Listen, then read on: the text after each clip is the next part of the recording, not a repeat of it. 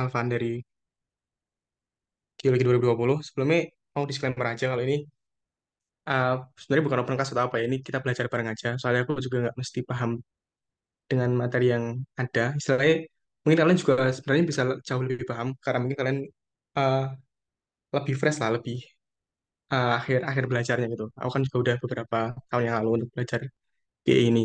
Nah, nanti kita bisa diskusi aja gitu.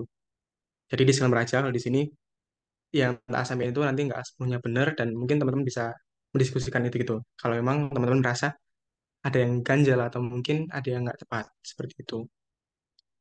Nah, ini juga mohon maaf karena memang tadi dan dari kemarin-kemarin memang masih banyak kegiatan, jadi eh, aku juga nggak sempat nyiapin materi. Jadi mending kalau eh, boleh saran nanti kita bahas soal aja, terus nanti yang teman-teman nggak paham terkait dengan soal maupun materi di luar itu bisa teman-teman tanyakan gitu. Gitu aja tuh gimana? Kalau menurut kalian? Nah,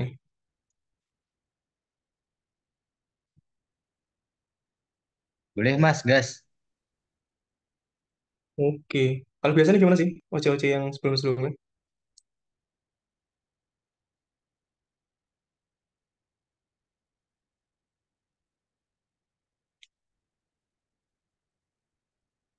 Langsung dijelasin per materi kah? Atau mungkin cuma yang ditanyakan aja? Atau bahas-bahas soal aja? Atau gimana? Bisa review materi dulu aja mungkin Mas buat intronya.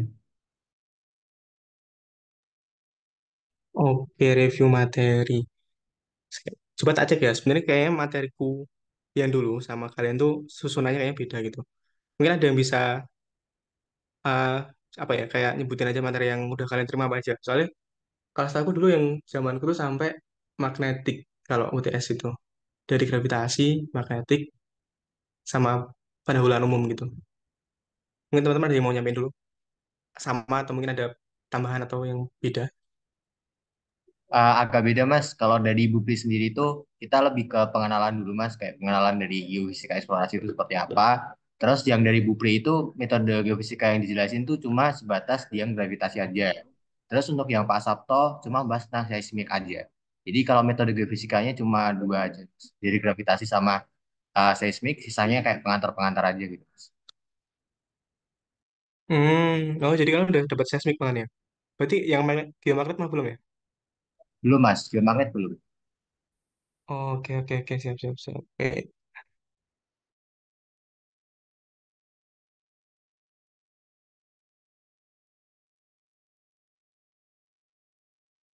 Oke bentar ya sambil tak lihat-lihat bentar.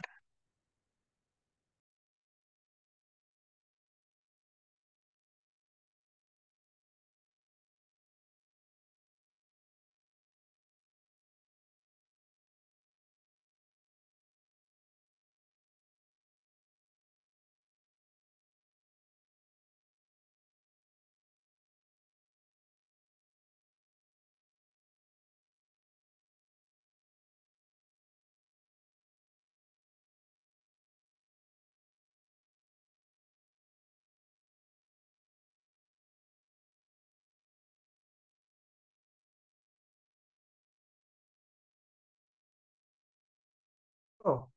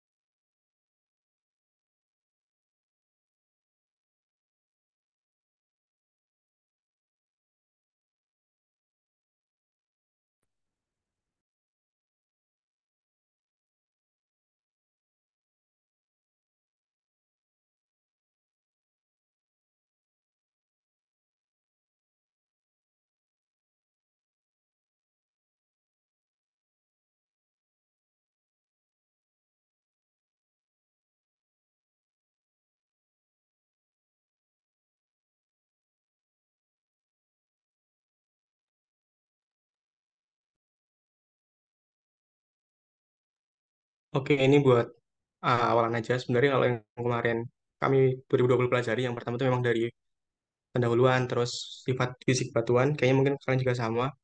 Terus metode gravitasi, nah terus UTS itu sampai magnetik. Baru nanti setelah UTS ada yang tanah jenis sampai seismik gitu. Jadi mungkin memang agak dibalik. Jadi kalian udah dapat seismik tapi belum dapat magnetik. Jadi mungkin yang lebih kita bahas dulu nanti yang bagian seismiknya aja. Sebenarnya kalau secara umum apa ya, geofisika eksplorasi itu, sorry, sorry. Wait.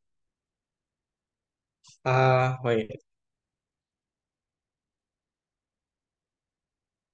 Oke, jadi memanfaatkan apa ya? Kita tuh sebenarnya ngelihat sifat-sifat fisik yang ada di batuan, terus ngelihat anomalinya. Sebenarnya kunci utama di situ tuh terkait dengan anomali yang ada saat pengukuran itu.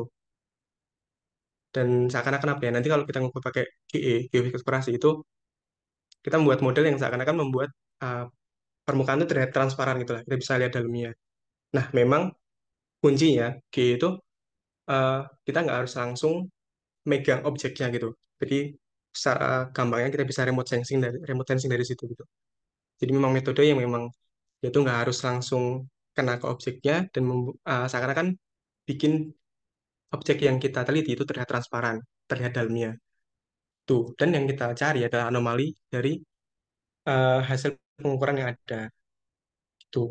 Jadi sebenarnya secara sederhana geofisika eksplorasi itu kayak gitu.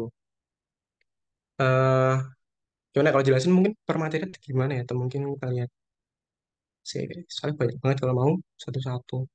Nah mungkin di soal-soal GE nanti itu kayaknya nggak bakal banyak hitungan. Kebanyakan nanti paling teori-teori dasar, terus pengertian-pengertian dasar aja gitu.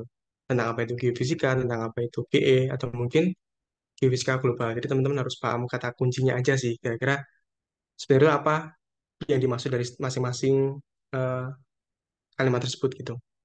Misalkan nih, misalkan nanti ditanyain bedanya geofisika eksplorasi dan geofisika global gitu. Nanti terkait dengan mungkin tanyain terkait objeknya itu gimana bedanya, terus lingkupnya gimana bedanya, atau mungkin skalanya gimana gitu.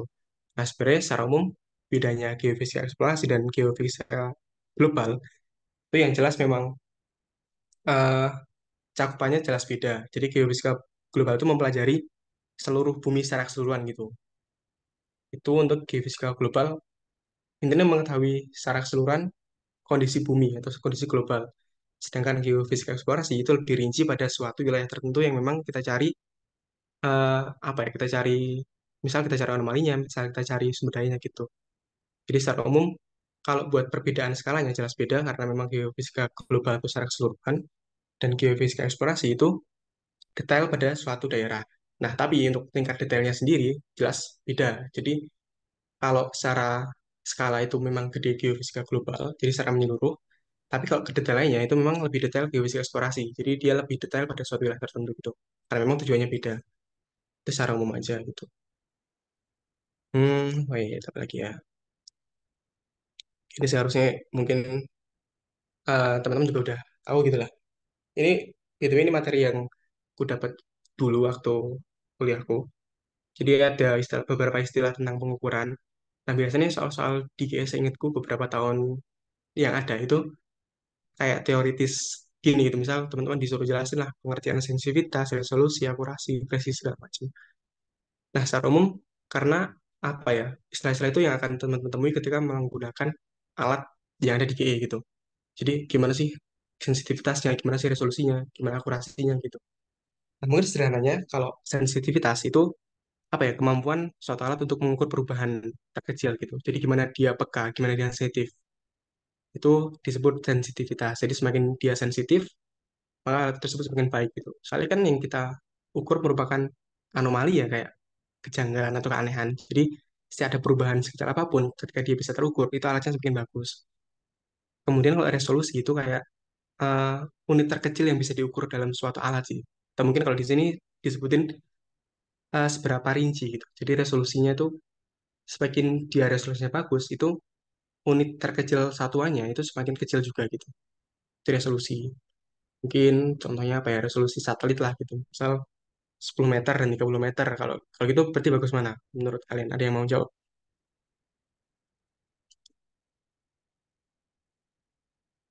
pertanyaan lah.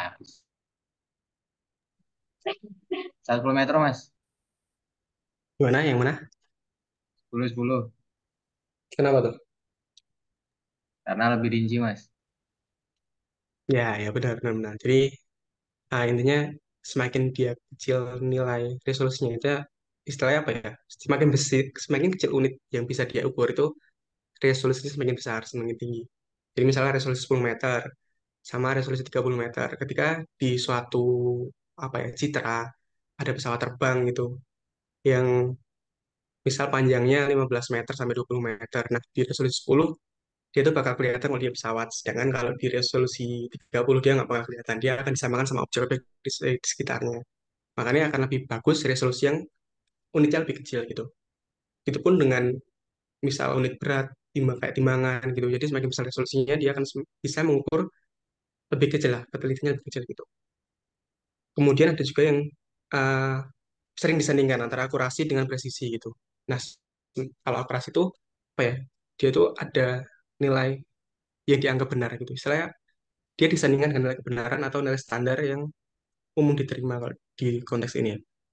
Jadi semakin dia akurat, itu semakin dia mendekati nilai benar atau nilai yang standar yang diterima. Sedangkan kalau presisi itu eh, apa ya kedekatan dia sama nilai-nilai yang ada pada pengukuran lainnya. Setelah semakin banyak, misalnya kita melakukan beberapa pengukuran, terus kok dia ternyata hasilnya hampir sama, itu namanya presisi. Sedangkan kalau akurat itu dia udah mendekati nilai yang benar belum. Misal, istilahnya ada nilai kebenaran apa ya? eh, Misal ada nilai 2 tambah 2 itu 4. Kalau dia suatu alat mengukur 2 tambah 2 itu 4, itu dia akurat. Tapi nggak mesti presisi. Sama misalnya kan alat itu beberapa pengukuran dia ada 4, ada 4,2, 4,3 itu berarti dia nggak presisi, tapi di suatu titik dia sempat akurat. Sedangkan kalau presisi, itu nggak mesti benar, tapi setiap hasil pengukuran itu hampir sama. Itu namanya presisi suatu alat. Misalkan, misal hasil pengukuran alat 2 tambah 2 itu 4,1, 4,102, 4,103. Nah, itu dia presisi ini. Setiap hasil pengukuran hampir sama itu disebut presisi, sedangkan pengukuran yang hasilnya mendekati nilai kebenaran itu disebut akurat. Itu perbedaan antara akurasi sama presisi. Terus, kayaknya mending cepet-cepet aja. Ini masih umum, jadi kayak, ya apa aja sih itu tentang G itu. Oke, mungkin langsung lanjut aja ya, biar cepat. Wait,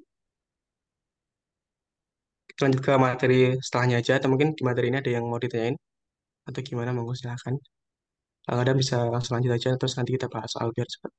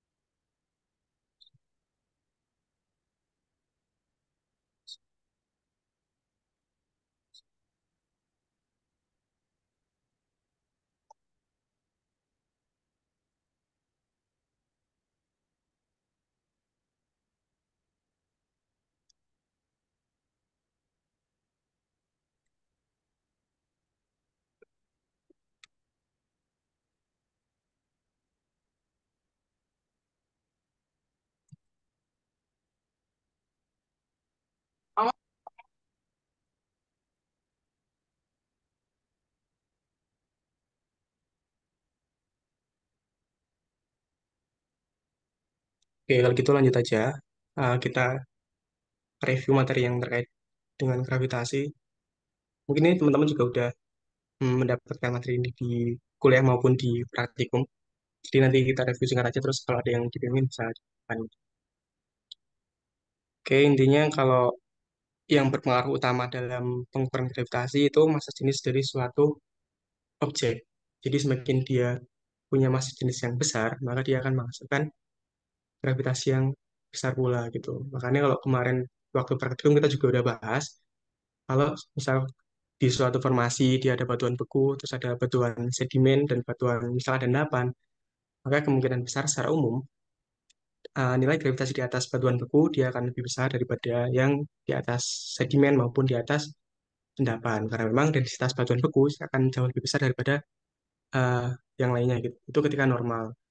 Nah, mungkin aja nanti teman-teman mendapatkan anomali nih, kalau kayak mungkin loh di sini batuan beku, tapi kenapa di suatu titik-titik sejajar kok ternyata ada densitas yang lebih kecil. Nah, itu karena kan mungkin ada eh, apa ya? Mungkin ada struktur kah atau mungkin ada bisa ada sesar atau mungkin ada graben gitu. Kalau sesar ya, misalnya sesar itu kenapa dia bisa lebih kecil? Karena apa ya? Sesar itu kan jadi bidang lemah. Bidang lemah suatu formasi atau suatu batuan itu akan mengurangi dense atau mengurangi kerapatan dari batu itu sendiri. Sehingga nanti hasil dari pengukuran gravitasi dia akan memiliki nilai yang lebih rendah daripada di sekitarnya gitu.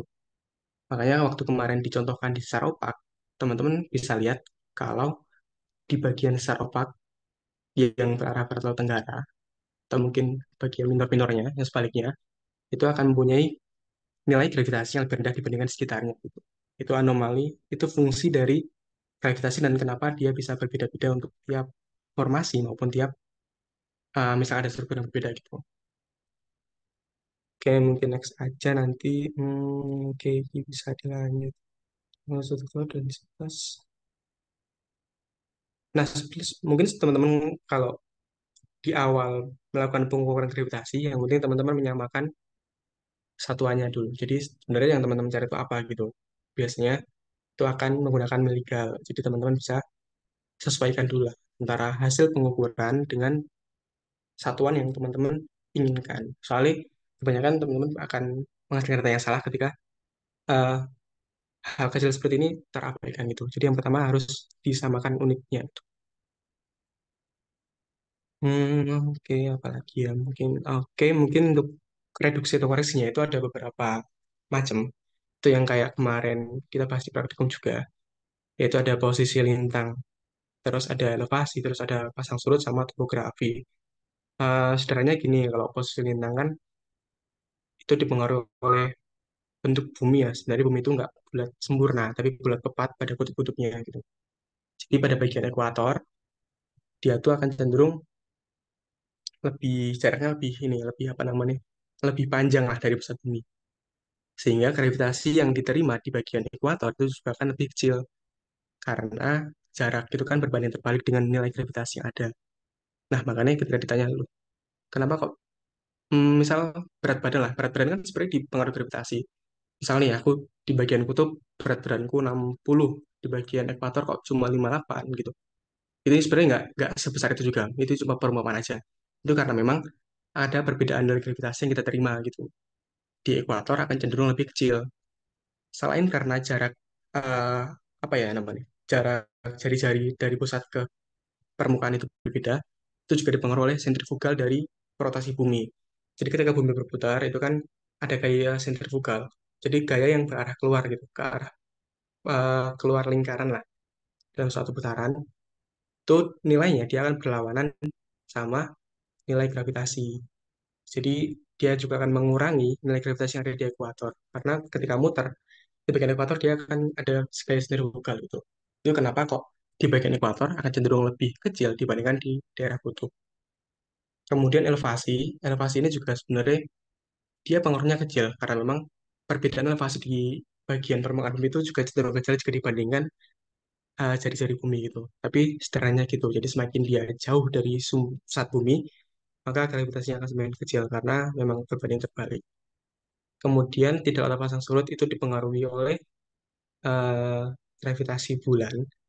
Jadi bulan pun juga berpengaruh. Setelah kan memang gravitasi ini eh, kita lihat perbedaan nilainya itu sangat kecil gitu. Perubahan nilainya sangat kecil. Jadi hal-hal kecil yang mengganggu itu juga perlu dikoreksi dulu. Salah satunya koreksi dari gravitasi bulan.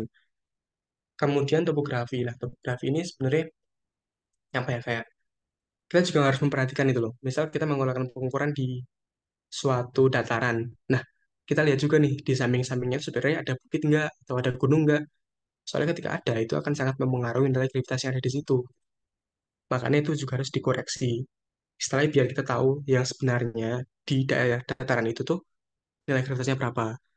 Karena kalau teman-teman tahu, mungkin gunung atau bukit, ya itu akan memiliki densitas yang lebih besar daripada di bagian lainnya, sehingga dia akan mempengaruhi hasil pengukuran yang ada di situ. Jadi perlu dikoreksi. Nah, koreksi-koreksi ini sebenarnya eh, agar kita tahu lah nilai yang ada di situ sebenarnya itu berapa gitu. Jadi tidak tidak memperhatikan posisi dia di lintangnya, nggak memperhatikan elevasinya, nggak memperhatiin pasang surut atau mungkin gravitasi bulannya maupun topografi yang ada.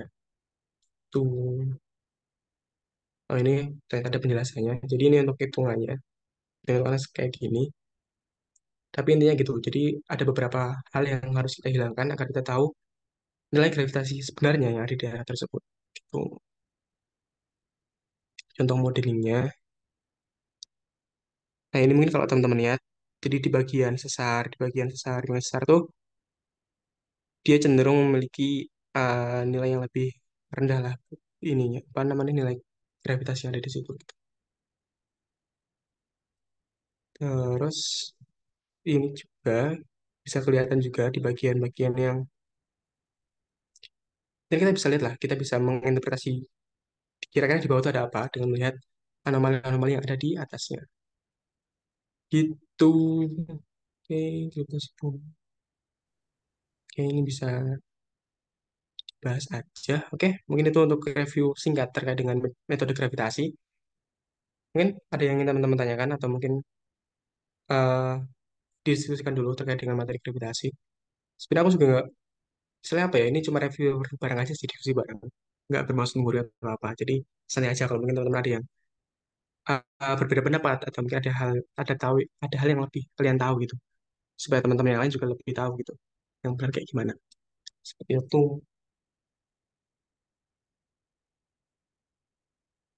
Itu untuk gravitasi.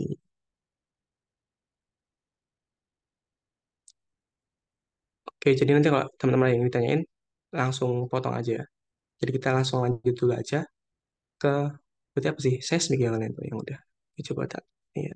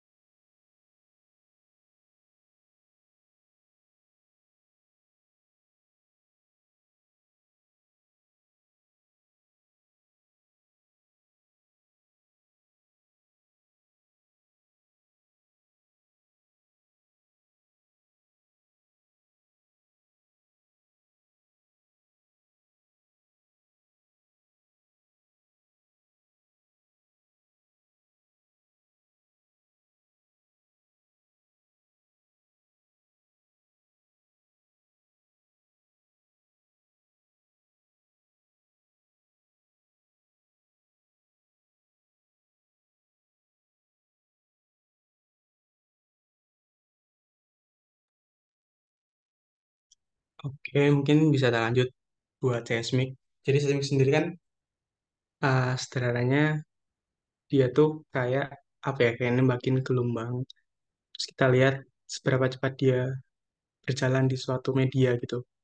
Makanya si seismik ini akan dipengaruhi yang namanya nanti elastisitas dari suatu eh, media yang dia lalui gitu. Jadi nanti akan ada beberapa istilah seperti ya six strain, kemudian plastic strain. Bedanya elastis sama plastis itu juga mungkin teman-teman juga harus pahami. Intinya kalau elastis itu dia akan kembali ke bentuk semula ketika tekanan yang kita berikan hilang gitu. Jadi elastis itu kayak karet lah. Kayak ketika kita tarik dia akan ikut melar, ketika kita lepas dia akan ikut mengkeret, ikut mengecil lah, ikut kecil lagi lah. Jadi itu namanya elastis. Dia akan kembali ke bentuk semula ketika tekanan yang diberikan hilang.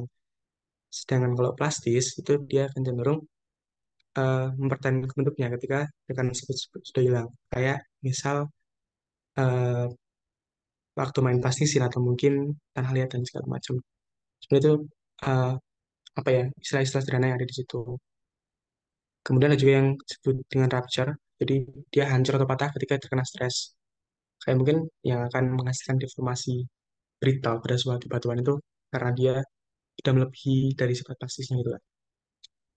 Tuh. Jadi intinya eh, seismik itu gitu. Jadi kita nembakin gelombang, terus nanti dia akan menjalar ke berbagai media. Nah, sifat elastis, sifat plastis, dan sifat rupture dari suatu benda ini akan berbeda-beda. Sehingga nanti gelombang yang akan diterima, dijalarkan, dan akan diterima kembali dalam alat itu akan berbeda-beda pula. Ini akan menggambarkan kira-kira di dalamnya itu akan ada apa aja. Gitu, segala macam. Tuh, ini kayaknya banyak banget materinya. Jadi secara singkat-singkat aja. Hmm, mungkin sejauh yang aku tahu nanti kemungkinan nggak sampai yang hitung-hitungan ya. Nggak tahu juga soalnya kemarin tuh magnetik jadi belum sampai seismik di UTS. Oke, jadi mungkin kita review secara keseluruhan aja. Hmm,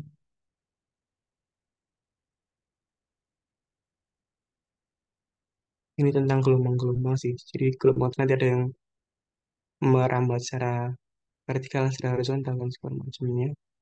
Permisi Mas. Oke? Ini kayaknya ini Mas, yang materi ini belum dijelaskan Mas kayaknya Mas. Oh belum ya? Seismik Iya kalian Mas, sampai mana?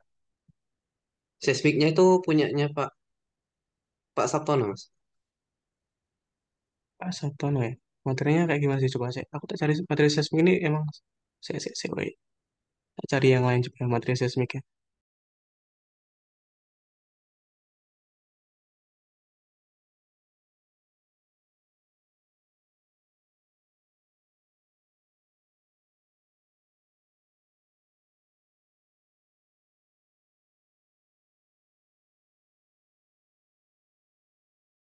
Itu bukan penentu kesuksesan gitu.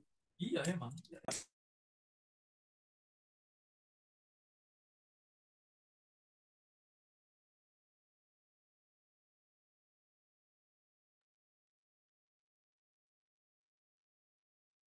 Tahu sebatas sampai mana ya?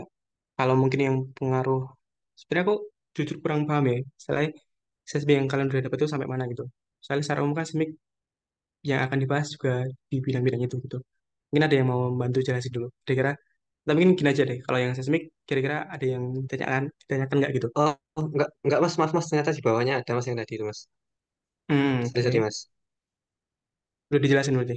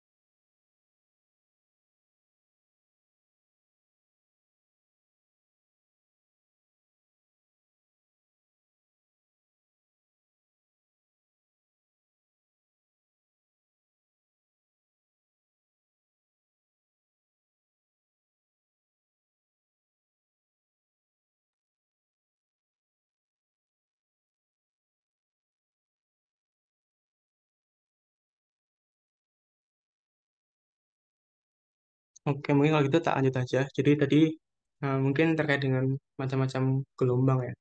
Ada yang namanya gelombang kompresi, ada yang namanya gelombang shear atau uh, gelombang rambat. Istilah gini, kalau gelombang kompresi itu dia yang merambat searah dengan perjalanannya gitu. Kalau digambar, nah ini, misal kita mukul suatu benda di bidang ini atau di bidang samping, dia akan perjalanan rambatan gelombangnya akan searah dengan uh, arah pukulan kita gitu. Jadi arah energi itu sama dengan arah perjalanan gelombang. Itu yang namanya gelombang kompresi. Jadi misal kalau digambar gini, ketika mukul dia akan merambat ke arah sana sesuai dengan arah gelombangnya. Sedangkan kalau gelombang yang shear atau gelombang rambat ini pergeseran, itu eh, arah gelombangnya itu gak lurus dengan arah perjalanannya gitu. Nah, misal kita mukul ke bawah, dia akan merambat ke samping. Jadi memang arahnya akan tidak lurus dengan arah perjalanannya. Jadi gitu sih, itu secara umum, simpelnya gitu. Jadi yang tadi eh, gelombang kompresi atau gelombang longitudinal itu disebut juga dengan gelombang L atau gelombang primer atau gelombang B. Sedangkan yang tadi yang gelombang shear atau gelombang geser ini disebut juga dengan gelombang transversal atau sekunder atau gelombang S. Nah, sebenarnya ini tuh bukan suatu gelombang yang istilahnya nggak terpisahkan sih. Ini dua gelombang yang berjalan secara bersamaan. Jadi ada yang berjalan secara vertikal, sorry, ada yang berjalan secara tegak lurus, ada juga yang berjalan secara sejajar dengan arah gayanya gitu. Itu secara umum gitu lagi ya.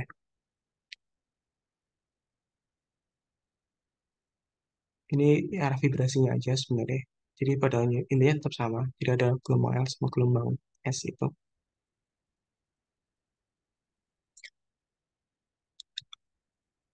Lagi yang benar.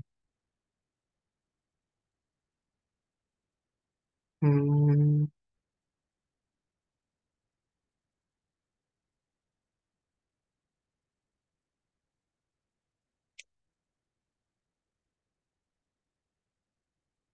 oke. Berarti yang kalian pelajari itu sampai seismik refraksi atau refleksi atau masih secara umum ya? Atau mungkin tak jelasin bedanya aja ya. Kalau sebenarnya gini, secara umum tuh seismik metode seismik refraksi maupun refleksi itu bisa kita lihat dari eh, apa namanya gelombang yang kita terima itu. Jadi kan tidak sepenuhnya gelombang itu dia akan diteruskan dan tidak sepenuhnya akan dipantulkan. Jadi pada suatu titik tertentu gelombang itu akan diteruskan atau refraksi. Nah, ini yang akan kita terima pada metode seismik refraksi. Sedangkan pada sudut tertentu, dia udah nggak diteruskan lagi. Jadi ketika sudutnya itu lebih pada sudut tertentu, jadi dia akan dipantulkan. Nah, metode ini yang kita pakai ketika kita menggunakan seismik refraksi. Jadi pun dia di suatu, misalnya kita di metode seismik refraksi, itu juga gak sepenuhnya gelombangnya itu akan diteruskan. Sebenarnya juga ada gelombang yang dipantulkan. Tetapi yang kita ukur itu gelombang yang diteruskan. Sedangkan kalau yang metode refleksi, itu yang kita ukur gelombang yang mantul gitu. Gelombang yang memang sudah dipantulkan. Gitu. Jadi sebenarnya kalau sumber getarannya segala macam itu bisa disamakan. Misal pakai palu kah atau mungkin pakai dynamite. Ini yang bisa menghasilkan getaran, terus getaran itu bisa merambat melalui media yang ada di dalam tanah, terus bisa kita terima kembali getaran tersebut itu. Nah, itu disesuaikan sama media yang ada. Terus nanti kalau di refraksi itu yang kita ukur gelombang yang diteruskan, sedangkan kalau refleksi, seismik refleksi, itu gelombang yang dipantulkan. Jadi memang ada di sudut tertentu dia akan diteruskan, seperti yang gambar kiri atas, dan di sudut tertentu dia dapat dipantulkan. Dan itu terjadi secara bersamaan sebenarnya kalau tahu. Ini agak bingung ya kalau uh, agak digambarkan. Nah, misalnya nih ada contoh gambarnya. Jadi pada saat tertentu dia itu akan diteruskan. Soalnya apa ya, sumber gelombang itu kan sebenarnya banyak titik ya. Dan titik-titik yang ada itu akan jadi titik baru gitu untuk ke media selanjutnya. Makanya nggak, istilahnya nggak cuma satu gitu, nggak cuma satu titik yang kita ukur. Memang ada dua, memang ada banyak titik. Sehingga akan ada kalanya dia diteruskan, akan ada kalanya dia dipantulkan. Nah, jadi dipantulkan, gelombang yang kita terima itu akan kita sebut sebagai metode seismik refleksi, sedangkan yang diteruskan, ketika kita mengukur gelombang itu yang akan disebut sebagai seismik refraksi. Sebenarnya itu bedanya dua itu. Ini untuk alatnya dinamakan seismogram, mungkin juga ada tahu. Jadi intinya ada dua alat yang utama, yaitu alat sebagai sumber atau source, alat penerima atau receiver. Terus kalau sumbernya sendiri sebenarnya berbagai macam juga. Kalau secara ini tergantung skala yang akan teman-teman gunakan gitu. Misalkan nanti di soal untuk skala regional atau enggak sampai regional misalnya skala agak luas nanti teman-teman bisa menggunakan dinamit untuk sumber getaranya. Untuk skala yang lebih kecil bisa menggunakan palu atau martil dan petakannya gitu. Jadi tergantung skala yang digunakan lah. Semakin besar sumber getarannya itu dapat mengukur lebih panjang, lebih apa ya, lebih luas dan lebih dalam juga. Tuh, dan semakin kecil dia akan mengukur lebih kecil pula. Tapi memang berbanding lurus dengan energi yang dibutuhkan.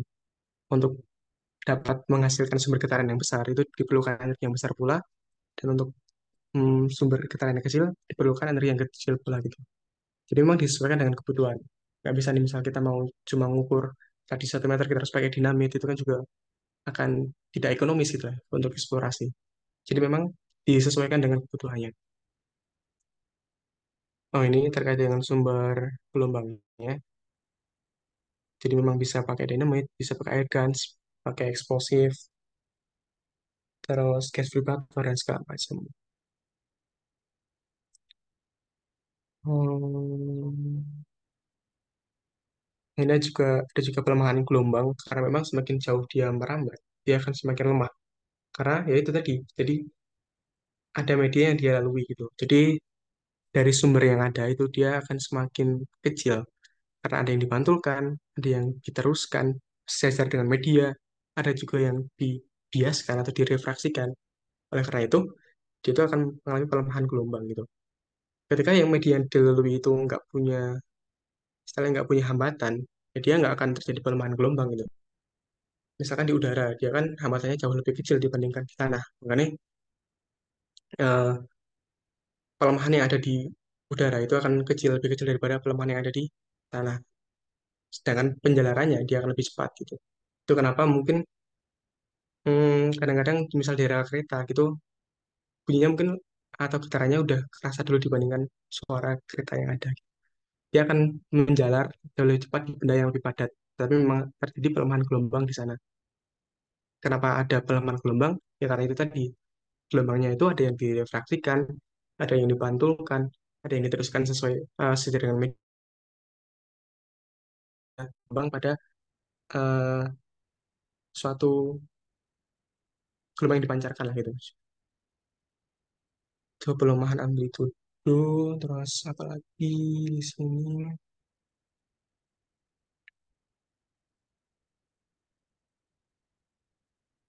Frekuensi dan amplitudo. Banyak banget sebenarnya materinya.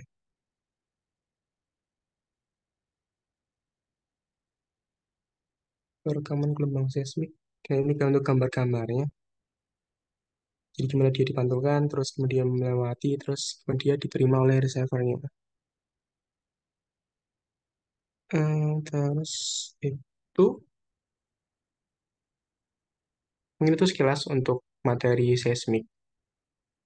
Jadi mungkin gambarannya intinya seismik itu dia memanfaatkan perambatan gelombang dalam suatu media untuk mengetahui istilah bidang kasih media yang dia lalui gitu. Apakah dia lebih cepat atau mungkin dia lebih lambat. Jadi yang diukur waktu penerimanya sih, kayak berapa detik dia bisa kembali ke receiver gitu. Nah, itu dipengaruhi oleh sifat-sifat yang ada di permukaan atau di media yang dia lalui. Terkait dengan elastisitasnya, terkait dengan apakah dia rupture atau enggak, dan mungkin terkait dengan dia plastis atau inelastis. Gitu. Itu yang prinsip dasar dari pengukuran seismik. Terus tadi untuk direview lagi, tadi ada gelombang P atau gelombang primer yang merambat sejajar. merambat longitudinal, dan juga gelombang S atau gelombang sekunder yang arah gerak kerambatannya itu tegak lurus dengan sumber A. Ya, jadi intinya kalau ditanya perbedaannya, perbedaannya di situ gitu. Jadi ada yang tegak lurus, dan ada yang sejajar. Yang sejajar itu disebut dengan gelombang primer, dan yang tegak lurus disebut dengan gelombang sekunder. Intinya di situ. Gitu, mungkin diterusin aja ke contoh soal ya. Oke, ini ini dulu contoh soalnya Pak Sabto di tahun 2021. Jadi tahun UTS-nya angkatan 2019. Jadi kan Mas Mbak 2019 masih online, jadi masih ada arsip soal yang tersimpan. Dulu Pak Sabto menjelaskan materi terkait dengan gravitasi sama geomagnet. Makanya soal-soal yang ada juga terkait dengan hal tersebut. Ya mungkin contohnya contoh soal nomor satu, proses koreksi yang harus Apa dilakukan. Ini, PPT-nya belum tershare screen ya, Mas? Yang soal. oh iya, sorry.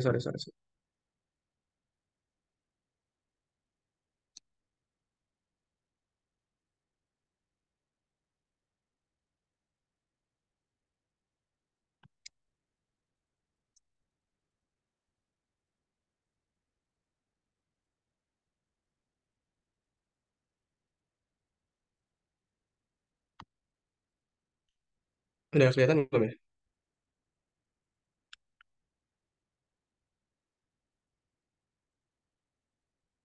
Sudah terlihat, Mas. Oke, jadi ini contoh-contoh soal aja. Contoh soalnya Pak Sabto waktu Mas Mbak 2019. Jadi kemarin, dulu aku ketemu waktu UTS minta cutting. Jadi mereka masih nyimpen arsipnya karena memang masih online. Contoh-contoh soal yang ada di sini kayaknya bakal beda karena mungkin materi yang dijelaskan Pak Sabto juga beda. Mungkin di sini contoh soalnya itu terkait dengan gravitasi sama geomagnet. Itu kenapa? Mungkin soal-soal di UTS-nya juga terkait hal tersebut itu. Tapi mungkin tak bahas saja biar nanti siapa tahu Pak Sabtu juga ngasih soal di materi ini. Mungkin nomor satu ya, misal proses yang harus dilakukan terhadap data pengukuran gravitasi sampai data tersebut diinterpretasi. Nah, mungkin kalau teman-teman tahu, ini terkait dengan koreksi-koreksi yang ada gitu. Jadi nanti apa saja yang harus teman-teman lakukan? Yang pertama banget itu konversi harga miligalnya gitu. Jadi jangan lupa teman-teman menyamakan unitnya ke miligal karena itu hal pokok yang mungkin sering terlupa tapi hasilnya akan sangat berbeda. Terus nanti ada koreksi-koreksi yang kayak tadi udah dijelaskan dan dibahas bareng-bareng kayak koreksi pasang surut, terus koreksi drift dan segala macam. Intinya koreksi-koreksi tersebut yang dilakukan. Kalau tadi koreksi pasang surut itu karena memang eh, dia tuh dipengaruhi oleh gaya gravitasi bulan, kemudian tadi ada koreksi apa sih tadi ya kita jelasin tadi, kita buka aja bareng. Tanya lagi.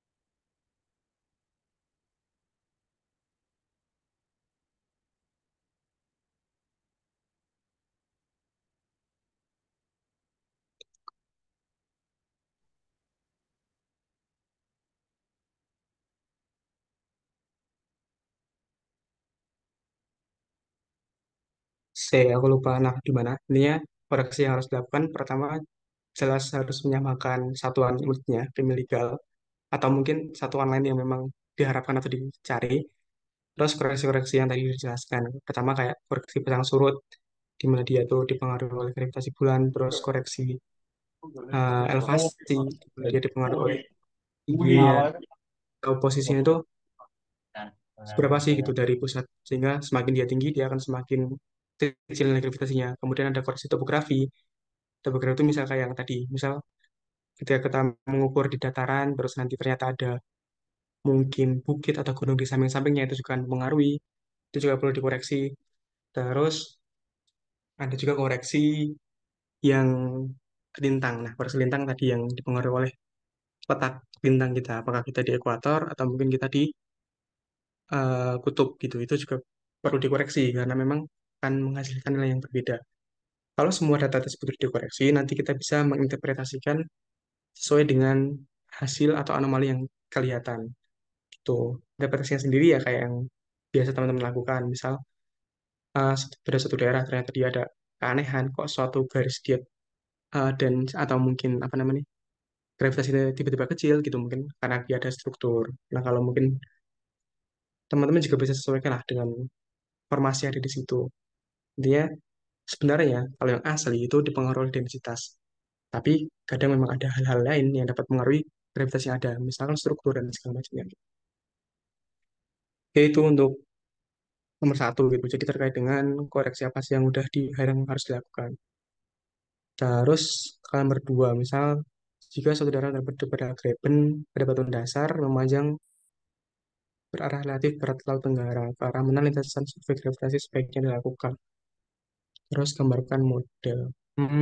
Jadi kalau ini tuh sebenarnya apa ya, survei gravitasi kan ada yang dia tuh berjalannya secara lateral atau mungkin secara horizontal. Ada juga yang di satu titik gitu, tapi kebanyakan memang kalau teman-teman tahu mungkin di praktikum itu kan ada yang pakai satelit yang gimana dia ngukur perubahan jarak antara dua satelit itu gitu. Jadi kalau kita sudah tahu ada graben di batuan dasarnya yang memanjang relatif barat laut tenggara, berarti eh, intinya apa ya? Kita sesuaikan dengan grabennya itu gitu. Ketika dia grabennya berarah, graben itu kan ada kayak semacam ya graben kayak apa sih? Sigulungan apa sih namanya? Ini graben ada graben di suatu daerah arahnya barat laut tenggara. Maka lintasannya juga di arah itu gitu. Agar ketika dia melewati graben, dia akan memperlihatkan apakah dia ada anomali atau enggak gitu. Terus kalau yang B, gambarkan model geologi dari kenampakan di atas itu berarti intinya kita ngasih gambaran aja kalau memang di atas graben dia akan memberikan nilai gravitasi yang lebih rendah karena di situ ada zona lemah yang menjadi apa ya istilahnya dia tuh jadi nggak dense terus dia lebih jauh dari sumbernya sumber apa dari batuan itu sendiri makanya di atas graben dia biasanya akan lebih kecil nilai densitas atau nilai gravitasinya tuh jadi untuk arahnya sendiri menyesuaikan arah graben ketika dia barat laut tenggara berarti di arah itu juga terus untuk model geologinya bisa teman-teman gambarkan misal ya kayak ada bagian yang turun gitu bagian grebennya terus di bagian grebennya itu nilai gravitasinya akan cenderung lebih kecil kayak aku tuh pernah lihat di materinya tak lihat yang bentar coba.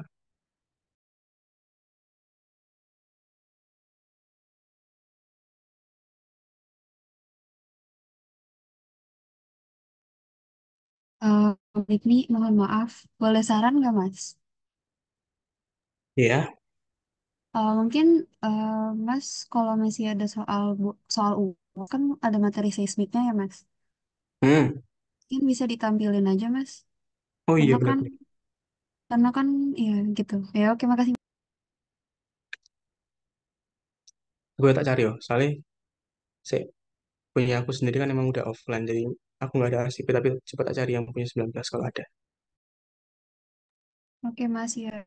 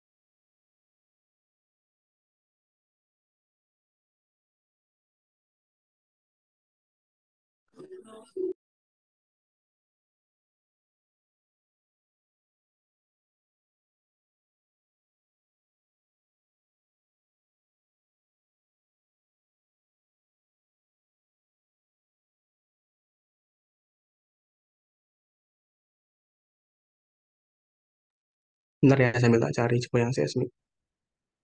Mungkin kalau yang lain udah ditanyain dulu, boleh sambil ditanyain, sambil tak cari. Izin bertanya Mas, Yuk, monggo, monggo. Bisa tolong jelasin tentang seismik refraksi sama seismik refleksi nggak Mas? Biar review aja sih Mas buat pemantik kita belajar. Oke, seismik refraksi sama refleksi ya. Iya Mas. Oh ya, sekalian mungkin kami sebenarnya nggak dapat PPT dari Pak Sabto yang seismik refleksi. Kalau misal Masnya ada mungkin bisa dijelasin juga Mas. Soalnya kita cuma ada catatan aja, PPT-nya nggak dibagi. Yang bagian apa? Seismik refleksi, Iya, yang refraksi, refleksi, refleksi sama refraksi. refleksi. Saya coba ya. Sebenarnya secara umum tuh itu tadi kayak sebenarnya kalau dalam seismik refraksi itu gelombang yang diukur itu gelombang yang diteruskan. Kan kayak tadi yang tak mana sih? Kayak tadi ada gambar ada 4 gambar, terus di sudut tertentu dia tuh diteruskan, di sudut tertentu dia tuh dipantulkan. Nah sebenarnya sumbernya terus hambatannya segalanya itu sama antara seismik refraksi sama refleksi. Yang beda tuh gelombang yang diukur gitu. Kalau seismik refraksi yang diukur tuh gelombang yang diteruskan, sedangkan kalau yang refleksi itu gelombang yang diukur tuh gelombang yang dipantulkan gitu. Sebenarnya gitu. Saya coba sambil tak kasih gambar.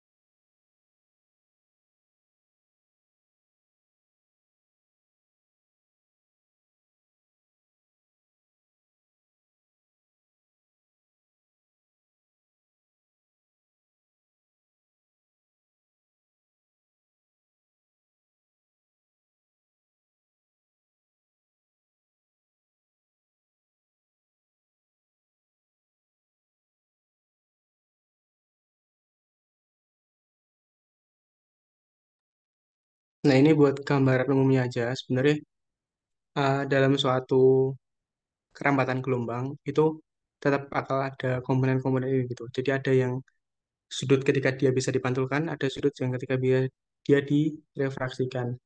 Nah, ketika yang kita ukur itu sudut gelombang yang direfraksikan itu namanya metode refraksi.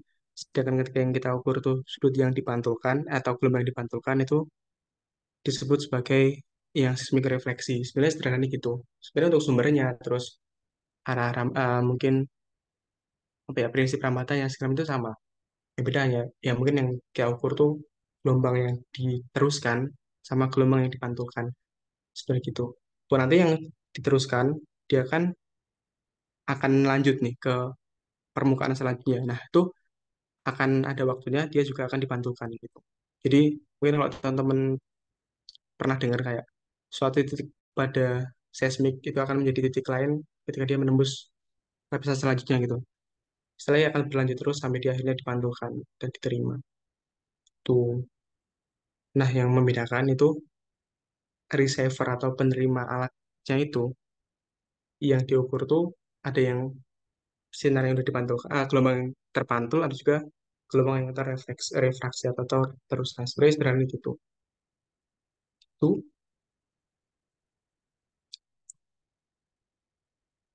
saya coba tak cari yang soal-soal bentar.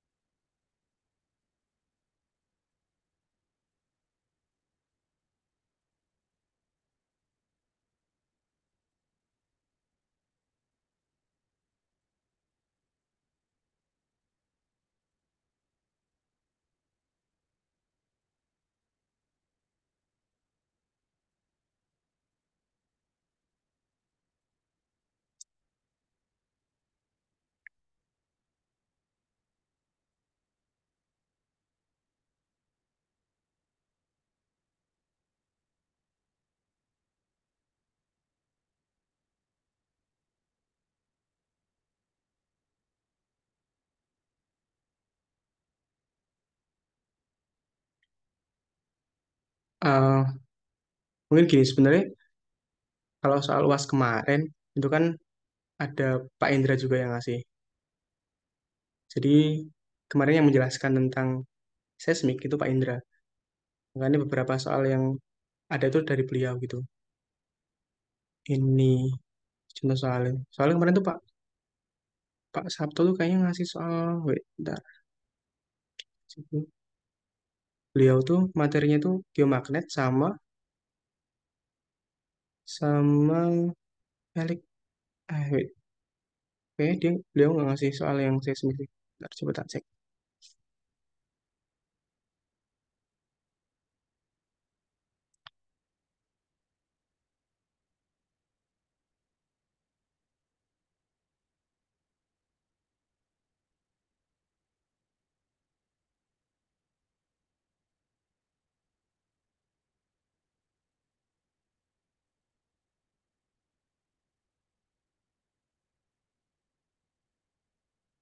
Nah, ini soal Pak Sabto yang waktu UAS.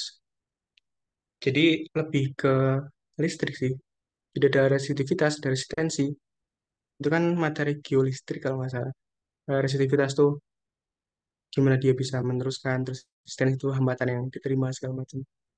Ini kayaknya itu materi geolistrik kalau dari Pak Sabto. Yang seismik itu dari Pak Indra. Kalau kemarin yang seismik memang ada ngitungnya kalau Pak Indra. Kayak nurunin rumus atau apa gitu kalau nggak salah. Tapi kalau selama itu belum dijelasin harusnya nggak keluar sih. Nah, masalahnya udah dijelasin Mas yang refraksi malah jadi tugas dan itu tugasnya juga ngitung Mas. Gimana sih hitungannya?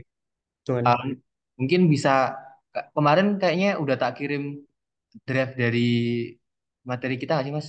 Aku lupa. Hmm? Kalau belum mungkin aku kirim ulang lagi. Coba tak cek lagi ya, bentar ya.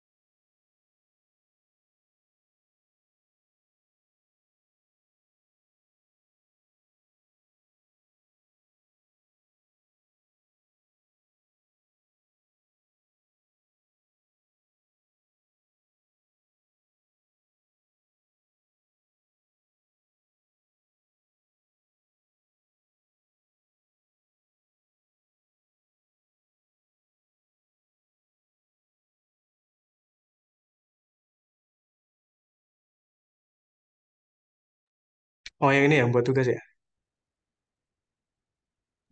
Yang lebih atasnya Mas, itu tiga lapisan itu.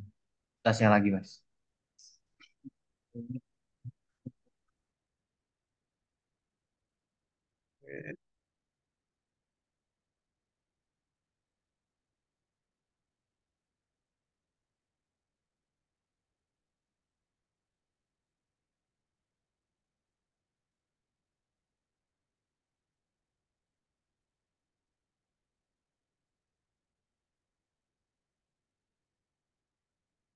Nah ini Mas.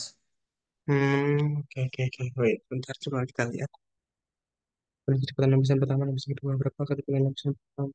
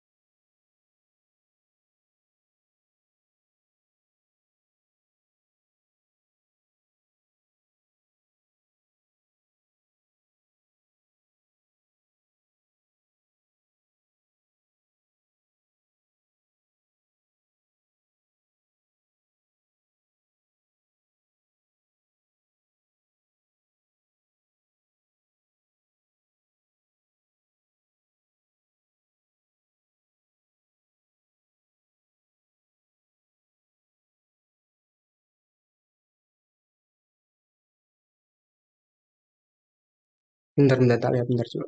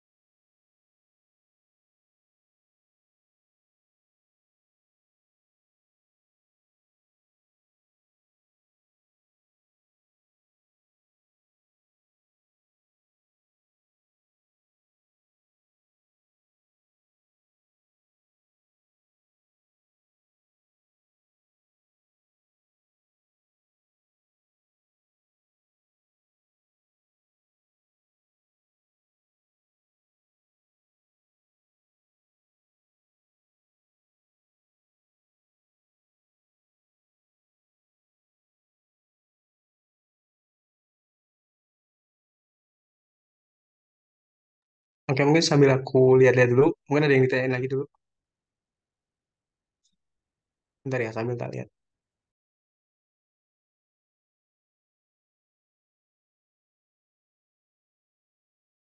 Atau mungkin dari perhitungan yang kalian udah lakukan, ada yang dibingungkan gitu.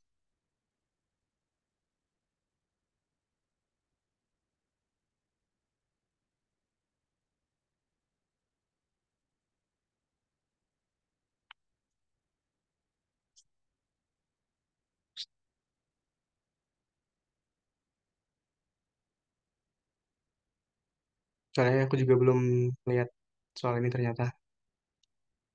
Wait, bentar.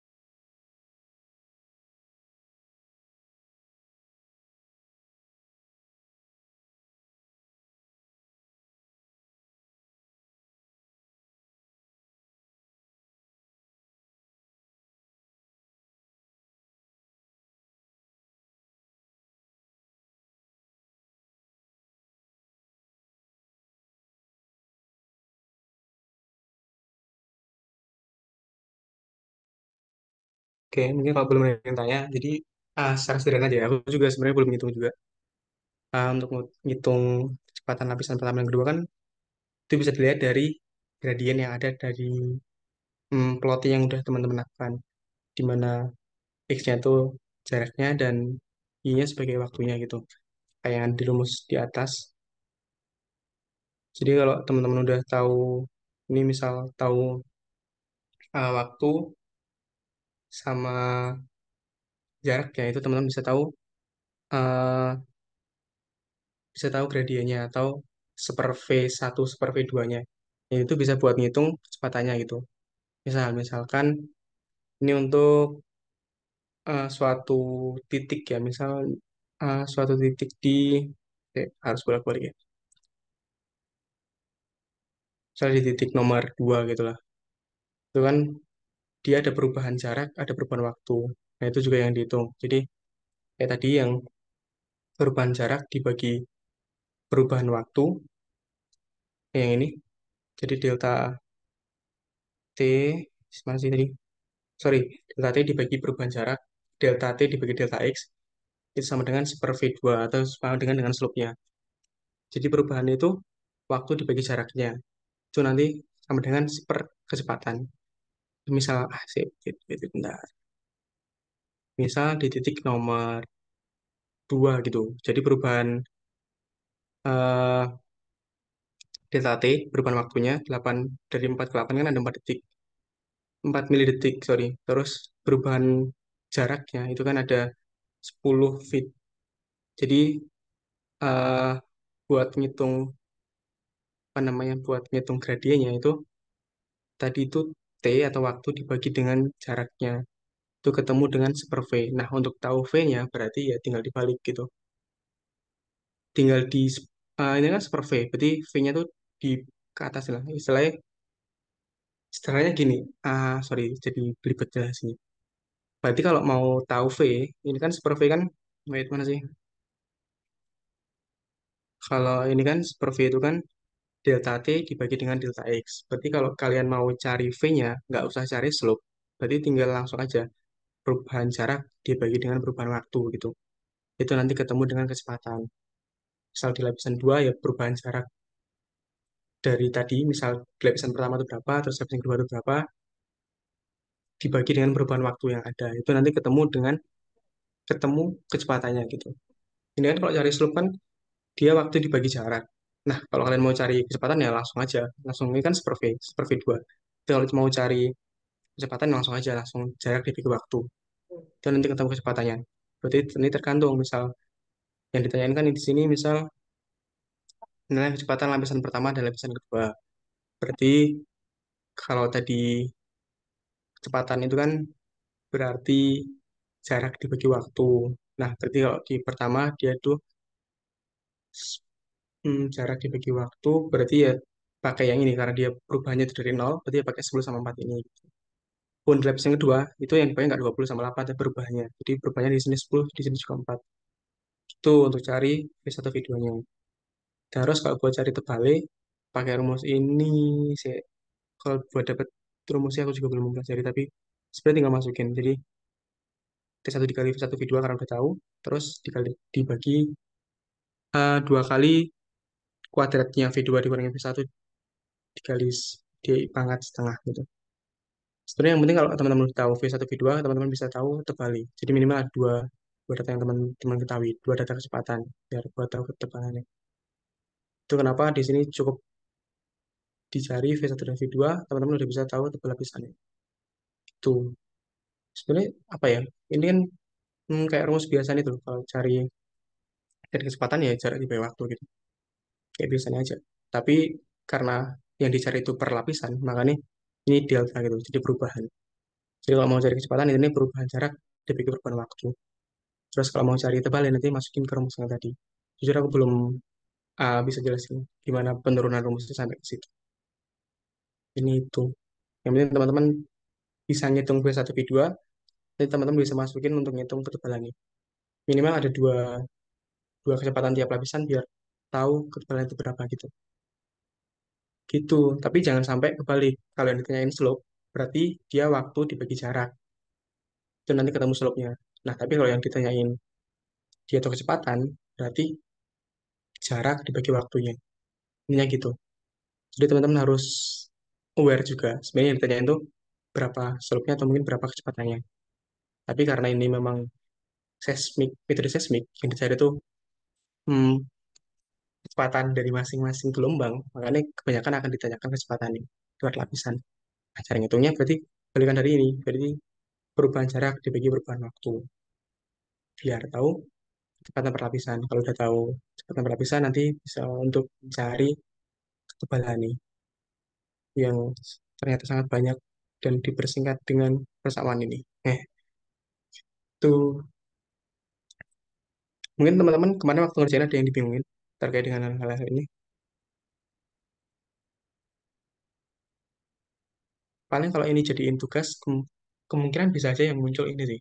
Jadi teman-teman yang udah ngerjain, tugas yang udah dikerjain dipelajari lagi aja gitu. Nah kalau masih bingung mungkin bisa ditanyain sekarang atau mungkin next juga nggak apa-apa. Jadi itu kira-kira terkait dengan seismik refraksi yang mungkin sudah dijelaskan dan mungkin aja keluar gitu. Ada yang masih bingung teman-teman semua?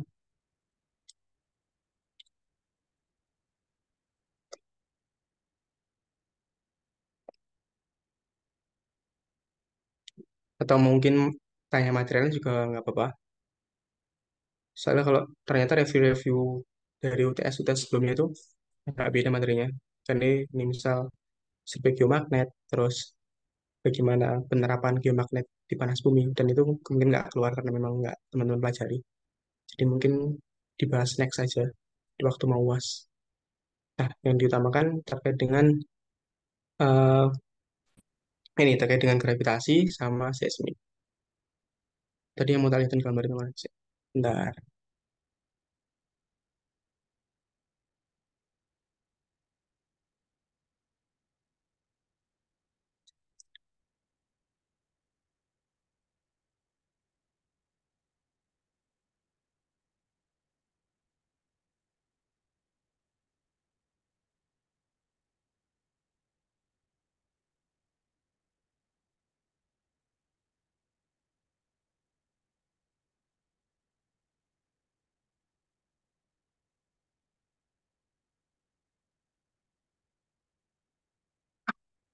Nah, ini contoh yang mau tak lihatin tadi. Jadi gimana suatu struktur dia tuh bisa mempengaruhi kecepatan gravitasi yang ada di atasnya. Misalkan dia ada atau ada struktur di mana di bagian kanan bawah ini dia itu lebih besar densitasnya, maka itu akan berpengaruh juga ke eh, nilai gravitas yang ada gitu. Jadi di bagian sini dia juga akan lebih besar. Pun misalkan ada intrusi kayak ada gambar tadi intrusi itu mana sih? Nah ini misal ada suatu intrusi batuan beku lah di tengah-tengah, itu juga akan berpengaruh ke pembacaan nilai gravitasi yang di atasnya. Intinya, kalau gravitasi itu pada hakikatnya dia mengukur densitas suatu objek, tapi densitas ini juga dipengaruhi berbagai hal, termasuk mungkin adanya struktur, termasuk yang tadi beberapa koreksi yang dilakukan itu juga mempengaruhi. Nah, karena itu, untuk mengukur gravitasi dikoreksi dulu lah, sampai dia benar-benar bersih. Itu untuk gravitasi. Terus kalau seismik, ya tadi, jadi kita ngukur cepat rambat gelombang yang ada. Jadi kita nembakin gelombang, terus dia merambat di suatu media, dia, nah gelombangnya ini ada yang diteruskan, ada yang dipantulkan. Ketika dia diteruskan terus diukur itu kita pakai metode refraksi, dan kalau diteruskan dipantulkan terus diukur itu metode refleksi. Sebenarnya hampir-hampir sama. Nanti pun kalian kalau belajar simulasi refraksi juga dasarnya hampir-hampir sama kayak gitu.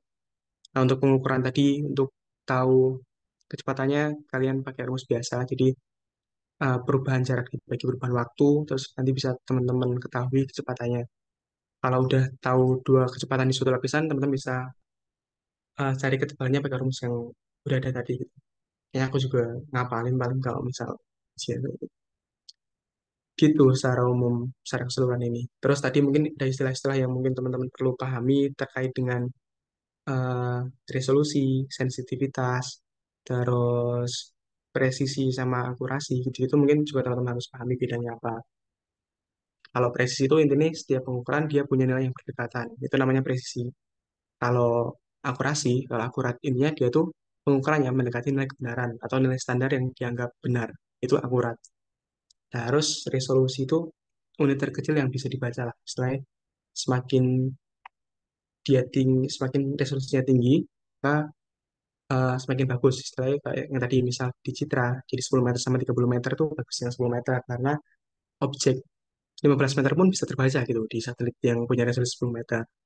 Terus kalau yang sensitivitas itu kayak seberapa peka lah, seberapa peka suatu alat tuh bisa membaca perubahan yang ada. Ya, intinya kepekaan alat itu sensitivitas, terus kemampuan alat untuk membaca paling kecil itu resolusi, presisi itu gimana alat mengukur sama atau enggak, terus kalau akurasi gimana alat itu mengukur dia benar atau enggak sesuai dengan nilai standar kebenaran. Itu review secara umum yang kita bahas tadi gitu. Ada yang ditanyain mungkin?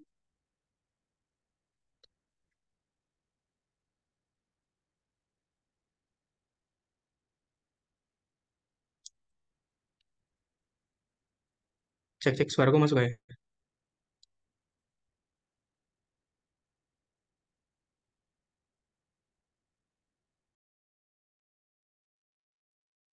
Halo?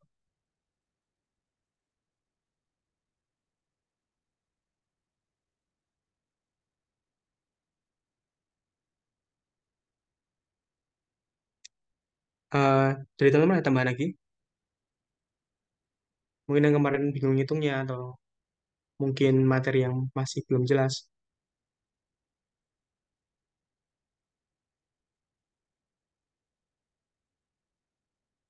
Ternyata mungkin nggak bisa dibandingin sih, soalnya materi UTS kemarin beda gitu. Ada yang geomagnet, terus ya bedanya di situ sih, Pak Sabto megang geomagnet. Makanya sekarang megang seismik, jadi mungkin yang akan keluar itu yang teman-teman kerjakan sebagai tugas. Kemungkinan itu. Ada yang teman-teman bingung kan terkait hal tersebut? Mungkin untuk yang seismik mungkin dilewatin dulu aja Mas, karena juga ini kan materi baru juga. Mungkin kita pelajari ulang lebih dahulu. Mungkin aku izin request Mas, karena tadi kan awalnya kita mau bahas soal kan Mas, mau bahas soal tahun lalu. Tahun lalu kan Iya, iya. juga ada beberapa soal yang sebenarnya belum tersinggung. Kan tadi yang tersinggung baru yang pengantar. Itu ada beberapa yang belum disinggung Mas. Bisa bahas soal sisanya nggak Mas? Oke. Yang di mana? UTS tahun lalu atau gimana? Saya tak Ah, cari. yang UTS 2022 Mas. Di draft yang aku kirim juga udah ada Mas. Oke, wait, bentar.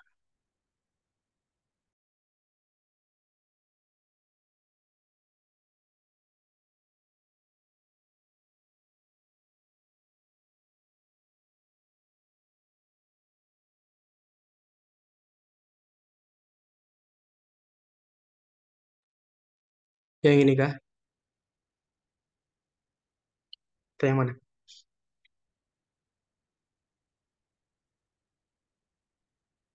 Atau ada lagi? Ini bukan sih.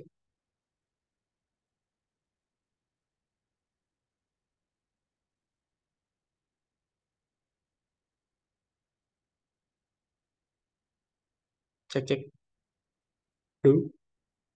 Suara aku masuk nggak sih?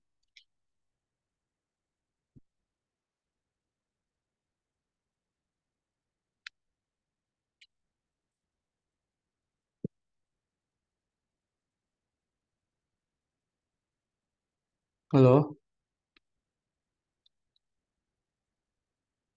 Suara aku nggak masuk ya? Wait. Masuk Mas. Ini share screen masuk gak? Belum Mas. Belum lah. Oke.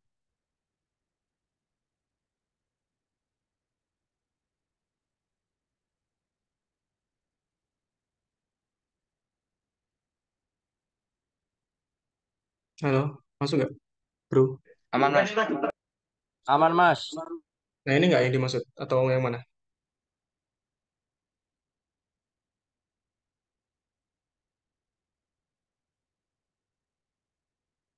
Jadi siapa yang nanya ya? Oh, aku, bro. Saya tak cari yang lain. Coba. Wait.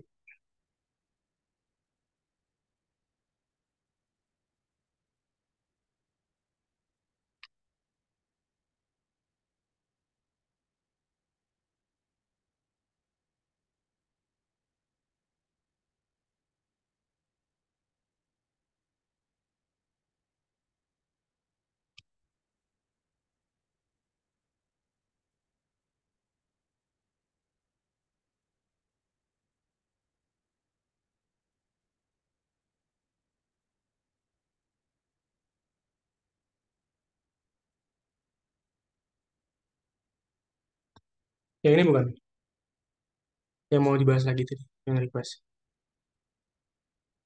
Eh, yang dibahas mungkin yang nomor 2 Mas. Yang nomor 2 kan tadi belum disinggung sama sekali. Nomor 2, nomor 3 mungkin itu dulu Mas. Nomor 2 sama nomor 3. Oke. Itu Iya, dulu. magnet kalian jadi dapat belum sih? Belum, belum Mas, belum sama sekali. Nggak apa-apa, mau dibahas sekalian. Mungkin nggak usah aja sih Mas, karena daripada terlalu over gitu. Terus yang mau dibahas, yang mana? Yang nomor 2 kayak studi kasus panas bumi itu nanti kita pakai metode apa? Sama yang nomor 3 kan sifat-sifat dari fisika batuan itu kan juga dibahas di Bu Oh, Syafri. oke. Oke. Itu Mungkin kalau juga teman-teman tahu sebenarnya nomor 3 ini dia cenderung ke geomagnet ya, tapi karena dia masih sifat fisik batuan juga it's okay, jadi masih masuk aja. Jadi nomor 3 dulu aja ya. Sifat magnetization batuan itu sebenarnya dia dipengaruhi oleh eh, mineral-mineral yang ada di batuan itu sendiri. Nah, mineral-mineral itu kan saya nanti tak bukain. Ini pengantar dulu aja. Jadi ada yang sifatnya dia tuh ferromagnetic, ada yang diamagnetic. Diamagnetic itu yang nggak bersifat, nggak bisa tertarik magnet, atau disebut juga anti ferromagnetic. Dan ada yang namanya ferromagnetic gitu. Kalau yang ferromagnetic itu tuh dia tertarik kuat oleh magnet. Sedangkan yang diamagnetic dia sama sekali nggak tertarik. Kalau ferromagnetic sedikit tertarik. Nah itu dipengaruhi oleh eh, pergerakan atom yang di dalamnya gitu. Kalau di ferromagnetic dia tuh pergerakan atomnya itu sejajar semua, sehingga ketika ada magnet yang ketika di situ ada magnet, maka persejajaran ini dia bisa, istilahnya apa ya? Akhirnya dia bisa tertarik oleh magnet itu gitu. Mending tak lihat tim gambarnya bentar. Wait, bentar.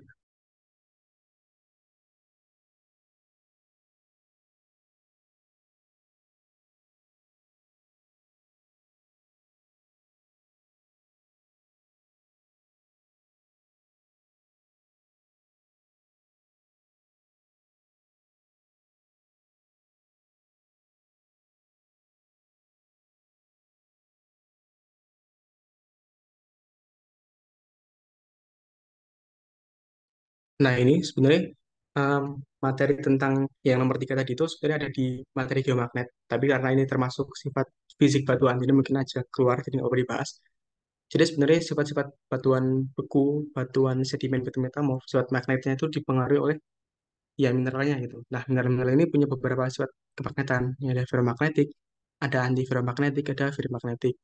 Jadi dipengaruhi oleh pensejaran dari atom yang ada di dalamnya itu, dipol-dipolnya.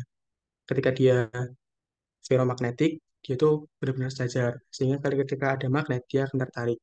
Kalau anti ferromagnetik, dia tuh sejajar tapi saling berlawanan arah. Sehingga nanti dia tuh saling meniadakan gitu. Makanya dia jadi nggak tertarik oleh magnet. Nah, kalau ferromagnetik, dia tuh eh, istilahnya berlawan arah, tapi masih dominan yang sejajar. Sehingga dia masih dominan tertarik. Jadi gitu. Nah, terus adanya mineral-mineral ini itu akan mempengaruhi sifat kemagnetan batuan, baik itu di batuan beku, sedimen, maupun metamorf. Saya kayaknya ada di sini. Oh, ini ada ternyata. Nah, kalau di bagian sebenarnya kebanyakan yang punya sifat kemagnetan tinggi itu batuan beku, karena sebenarnya yang paling berpengaruh dalam sifat kemagnetan batuan itu mineral magnetit. Nah, mineral magnetit ini kebanyakan terbentuk di batuan beku. Soalnya ketika dia di batuan sedimen maupun di batuan metamorf, kebanyakan sudah terubah. Makanya sifat kemagnetannya cenderung berkurang. Nah, secara umum, ketika kalian ditanya, sebenarnya sifat kemagnetan tuh akan cenderung besar yang mana gitu. Kebanyakan akan besar di batuan beku, karena dia yang paling mungkin berpotensi mengandung mineral magnetit. Seperti itu. Sebenarnya yang sangat berpengaruh itu mineral magnetitnya. Nah, mineral magnetit ini, dia kan persebarannya juga istilahnya akan cenderung lebih banyak di batuan beku gitu. Itu kenapa batuan beku akan cenderung memiliki sifat yang lebih magnetik atau lebih tertarik magnet daripada batuan-batuan lainnya. Nah, terus mineral magnetit ini itu juga dia cenderung mineral yang mafic gitu. Oleh karena itu dia cenderung berada di batuan yang basah atau batuan yang uh, intinya yang enggak kurang asam gitu. Makanya semakin semakin besar nilai keasamannya, maka mineral magnetitnya itu akan semakin berkurang. Itu kenapa ketika kalian ditanya misal ada granit sama basalt, kira-kira mana yang lebih magnetik? Oke, berarti kemungkinan jawabannya adalah basalt. Karena dia lebih mafic dan dia berpotensi lebih besar untuk mengandung mineral magnetik. Sebenarnya gitu. Jadi intinya yang mempengaruhi sifat kemagnetan batuan itu mineral mineral ferromagnetik maupun ferimagnetik. Contohnya yang paling besar adalah mineral magnetik ini sendiri gitu. Contoh misal salah lanjut. Nah, misal nih batuan metamorfik dia tuh juga hmm, berkemungkinan punya, tapi akan cenderung lebih rendah jika dibandingkan dengan batuan beku. Begitu pula dengan batuan sedimen. Batuan sedimen pun dia cenderung juga akan memiliki sifat kemagnetan lebih rendah, kecuali jika memang ada magnetit yang terakumulasi secara signifikan. Soalnya kan kadang batuan sedimen tuh eh, apa namanya pengendapannya itu juga nggak sama untuk setiap mineral. Nah, ada kalanya benar-benar ada kayak mungkin yang teman-teman tahu di pasir pasir besi segala macam itu kan itu juga banyak mineral magnetit di sana. Nah, itu batuan sedimen yang kemungkinan akan punya nilai kepangkatan yang cukup tinggi gitu. Tapi kalau secara umum kita bisa ngurutin lah yang paling tinggi itu bakal batuan beku, terus batuan metamorf, entah sebenarnya metamorf juga 50-50 dan yang terakhir batuan sedimen. Saya harusnya ada gambarnya sih. Oke, nah ini misal secara umum bisa digambarkan kayak gini. Batuan beku, terutama yang mafic atau yang basa, itu cenderung akan memiliki sifat kemagnetan yang jauh lebih tinggi. Kalau ditanya sebabnya kenapa? Karena batuan beku basa itu berpotensi besar menghasilkan mineral magnetik karena dia termasuk mineral mafic yang ada di batuan beku basa. Nah, karena itu kemungkinan besar dia akan mempunyai sifat kemagnetan lebih tinggi.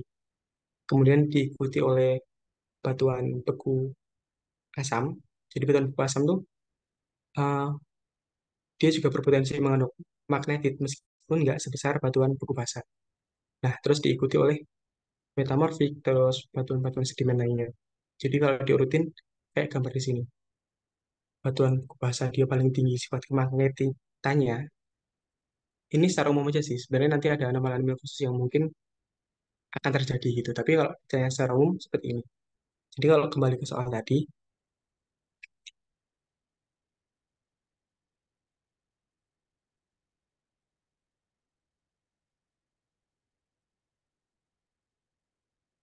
nah kalau kembali ke soal ini, sifat kemagnetan batuan beku, sedimen metamorf, kita bisa jawab secara umum gitu. Secara umum, batuan beku akan lebih tinggi karena dia cenderung berpotensi untuk mengandung mineral magnetit.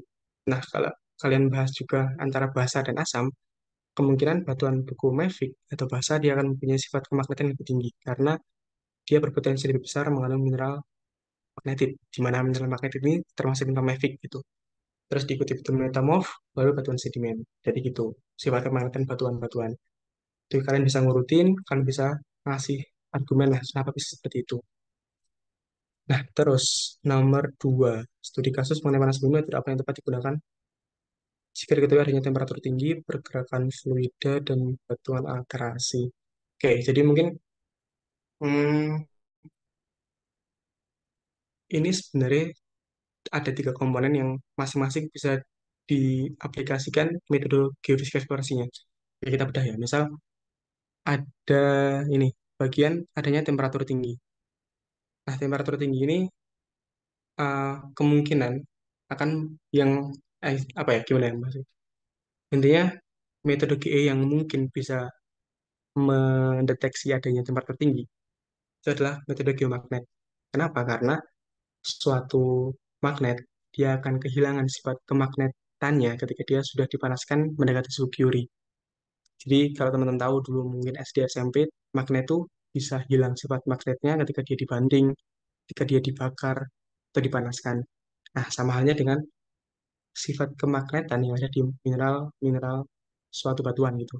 Jadi dia akan ketika kita pakai metode apa namanya tadi geomagnet, kita tuh bisa lihat gitu. Misal di suatu tempat dia itu cenderung secara luas memiliki sifat nilai kemagnetan misal 1,5 gitu lah. Terus di suatu lingkar titik tertentu loh, ini kok kecil banget, kok cuma 0,5. aneh nih gitu. Kenapa tiba-tiba sifat kepanasannya kecil? Nah, itu kemungkinan karena di situ ada sumber panas, di mana sumber panas itu memanaskan mineral magnetit yang akhirnya menghilangkan sifat kemagnetannya. Terus yang kedua, pergerakan fluida. Kalau pergerakan fluida, karena dia ada fluida, entah itu wujudnya apa, itu kita bisa pakai metode geolistrik gitu. Misalkan fluidanya fluida hidrotermal, kayak air, atau mungkin uap, itu juga akan sangat pengaruh ketika kita pakai metode geolistrik. Jadi, oh ternyata di sini ada fluida, ada pergerakan fluida di bawah itu gitu. Karena yang sangat peka terhadap adanya fluida itu geolistrik gitu, karena dia mengukur resistivitas batuan. Gimana batuan tuh meneruskan listrik. Kalau ada fluida, dia akan jauh lebih cepat untuk menerusin listrik. Seperti itu. Terus terkait dengan batuan alterasi, ini secara umum sebenarnya ini pendapat pribadi dan mungkin itu alasanku gitu. Jadi kalau teman-teman berpendapat lain, karena ini memang studi kasus, itu sangat disalahkan dan itu juga nggak akan disalahkan ketika teman-teman punya alasan yang pasti. Nah, kalau menurutku, kalau batuan alterasi itu dia cocok juga pakai metode gravitasi karena ketika batuan teralterasi, dia akan memiliki densitas yang jauh lebih kecil daripada batuan ketika dia segar gitu. Misal batuan beku, misal andesit, ketika dia segar tuh dia punya densitas 2,7. Sehingga kalau dia teralterasi, dia akan memiliki densitas yang jauh lebih kecil daripada itu. Oleh karena itu, metode gravitasi mungkin akan dapat menggambarkan anomali itu gitu. Jadi kalau pendapat pribadi ya, untuk soal nomor 2 ini, mengenai panas bumi, metode yang tepat digunakan dengan tiga kasus ini bisa dikombinasikan gitu. Karena kita tahu bahwasanya eh, metode geofisika eksplorasi itu nggak bisa berdiri sendiri.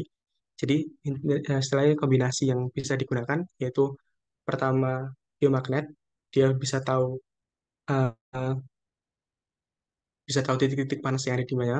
Terus pergerakan fluida itu bisa pakai geolistrik, sedangkan batu alterasi itu bisa pakai gravitasi. Itu menurutku pribadi dengan alasan yang sudah tak jelaskan. Pun teman-teman punya alasan lain, sebenarnya itu nggak akan disalahkan juga kalau teman-teman punya dasarnya seperti itu. Itu untuk soal nomor 2 dan soal nomor 3 tadi itu.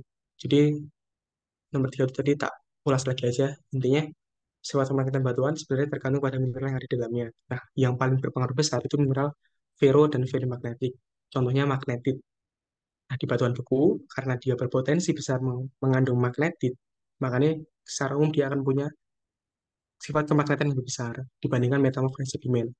Ketika dibandingkan tuh sama-sama batuan beku yang basic atau mafic itu akan cenderung berpotensi memiliki magnet yang lebih besar karena dia juga berpotensi mengandung mineral magnet. Secara umum gitu. Ada yang ditanyain atau belum jelas terkait dua soal ini? Atau mungkin ada Halo, tanggapan? Mas.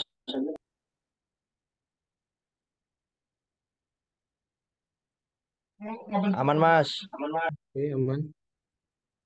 Kalau soal nomor 4 tuh geomagnet kayaknya juga mungkin nggak akan keluar karena belum ada materinya.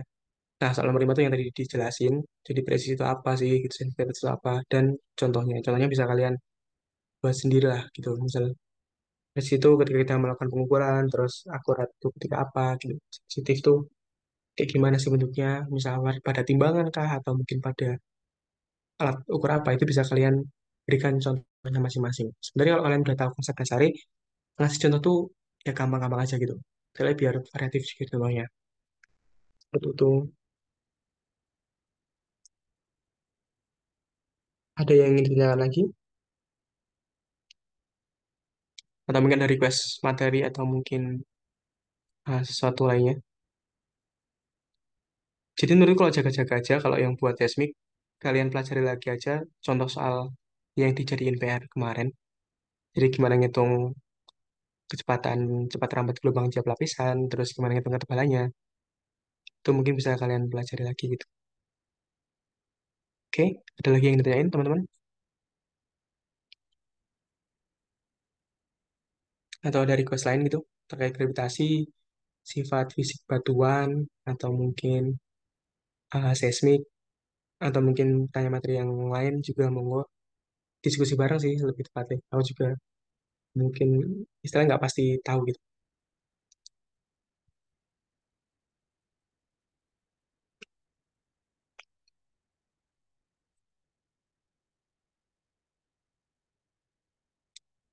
Monggo silahkan.